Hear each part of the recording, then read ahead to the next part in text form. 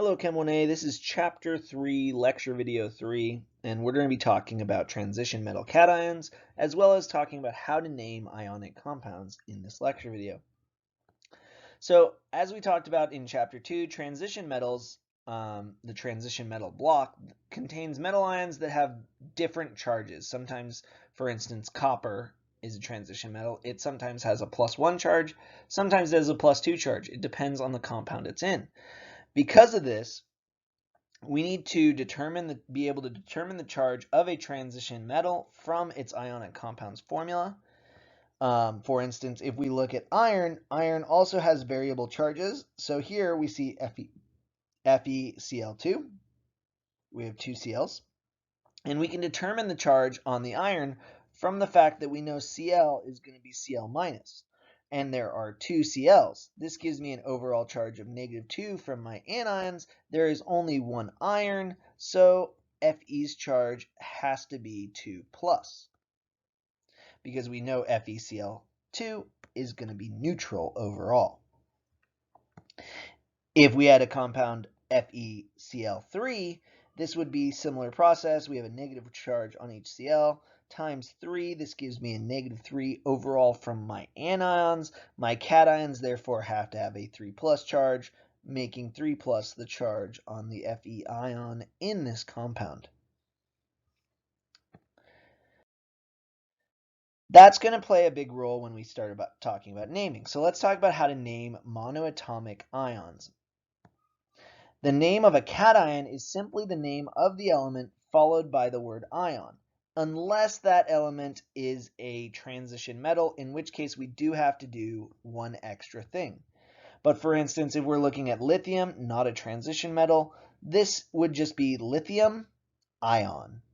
And Ca2+, again, not a transition metal, this would be calcium ion. Now, if we had Fe3+, this would be iron.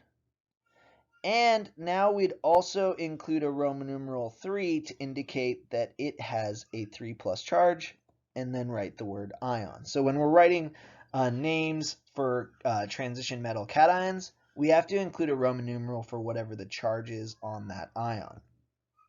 Now, if we're talking about anions, anions have a slightly more complex naming system. We have to take the name of the element and then change the ending to IDE, and then we still add the word ion. So if we're looking at Br-, we take the original name, which is bromine, and we have to change this ending to IDE. So in other words, bromine becomes bromide ion. This guy was phosphorus, and we change this to IDE, becoming phosphide ion. Now, when we name an ionic compound, there's some rules. Just like when we always write the formula of an ionic compound, we start with the cation. We name the cation first in an ionic compound. Then we name the anion. Remember, ionic compounds are always composed of both cations and anions. So when we name this, we know that a monatomic cation would just be the name of the element and then the word ion. Well, that's still true when we name the ionic compound. It's just we don't add the word ion anymore. Then we name the anion by naming it with an IDE ending, and again, no ion word in this case when it's a compound. So when we write the name of an ionic compound, first we figure out what the cation is. We write its element's name. Then we figure out what the anion is. We take the name of the element, change the ending to IDE, and then that's our name for our ionic compound. Now, when we name ionic compounds with transition metals or polyatomics, things get a little bit more tricky. Like I said earlier, when we name a compound with a transition metal, we always have to use a Roman numeral to indicate what the charge is in the transition metal. So in the case of FeCl2, like we determined earlier, it has a 2+ charge on the iron. So when we name this compound, we're going to write iron for Fe, Roman numeral 2, and then chloride for the Cl, or iron 2 chloride for the name.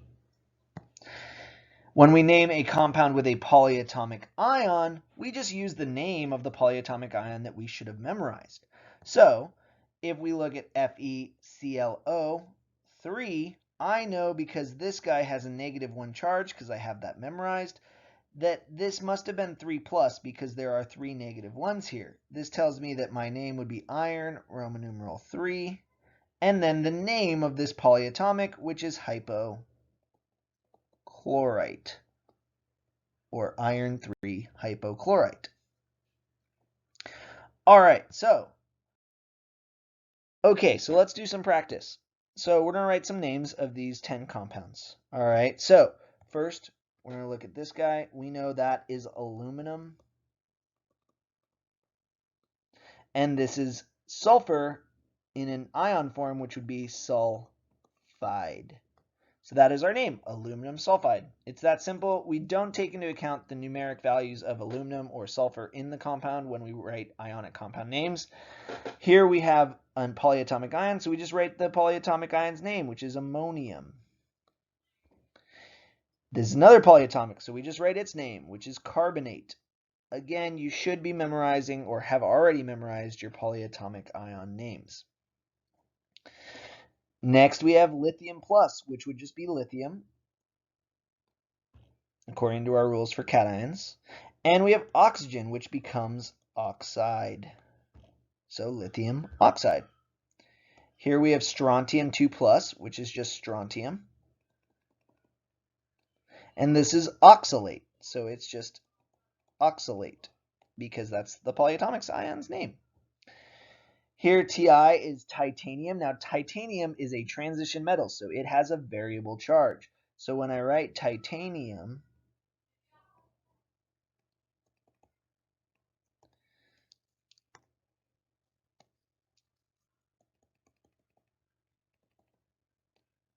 I have to put Roman numerals next to it and a Roman numeral 2 because it has a 2 plus charge. I know that because cyanide has a -1 charge, because I have that memorized, and we have 2 cyanides, so -2 overall, meaning the titanium must have a 2 plus charge.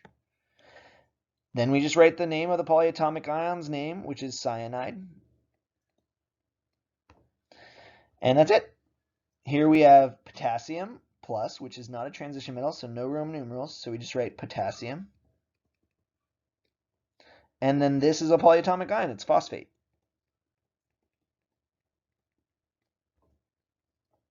Here we have calcium, again, not a transition metal, so we just write calcium. And that's chloride. Here we have barium 2 plus and phosphorus 3 minus, which would just be barium. Phosphide.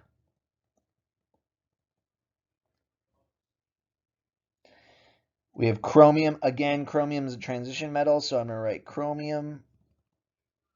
I have to figure out what the charge on this chromium is. I have sulfate, which is 2 minus. There are 3 of them. That gives me a 6 plus charge, or 6 minus charge from the anions. I must then have a 6 plus charge here.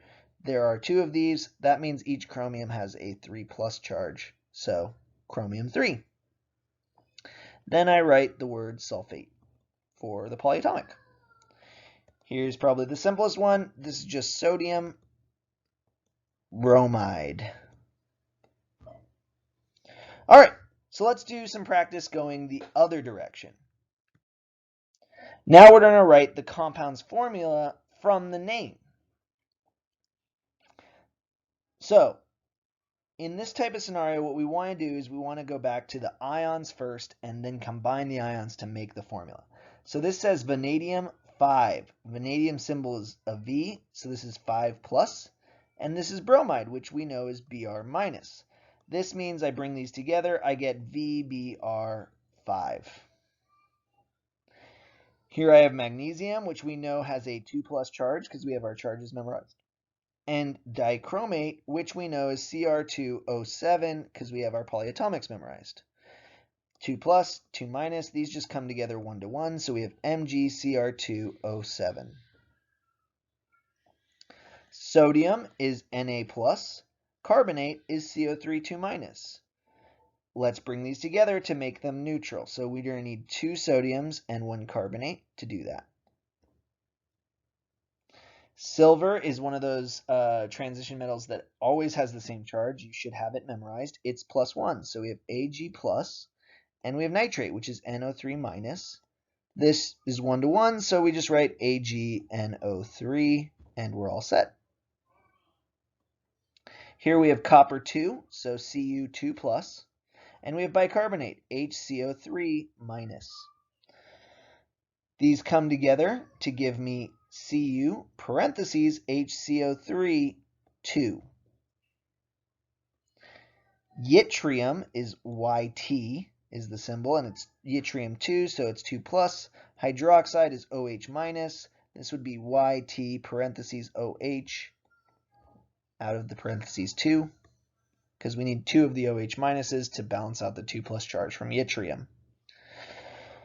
Gold is Au, and it's gold 3, so we know it's 3+. Peroxide is O2, 2-. It's a polyatomic ion, so we do need to put parentheses around it because there's going to be more than 2 or more than 1. We have a 3+ charge here. We have a 2- charge here. The common value between these is 6, so I'm going to need to multiply the gold by 2, the peroxide by 3.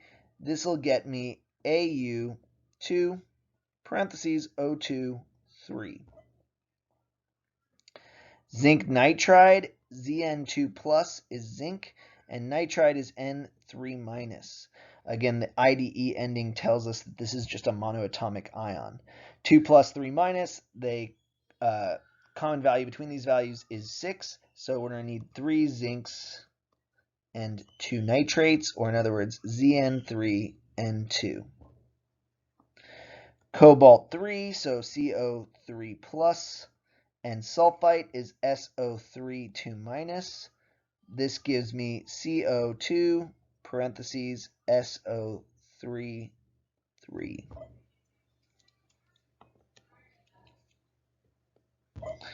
All right, lastly, we have potassium periodate. Potassium is K+, periodate is IO4-. If we bring these together, we get KiO4. Okay, so this is naming, and ionic compound naming is something that you just have to practice in order to get good at it. And it's going to be so important for the rest of the class. You really need to be able to do a good job of going from the name of an ionic compound to its formula and vice versa. If you're struggling, as always, please come talk to me. I'm happy to help you.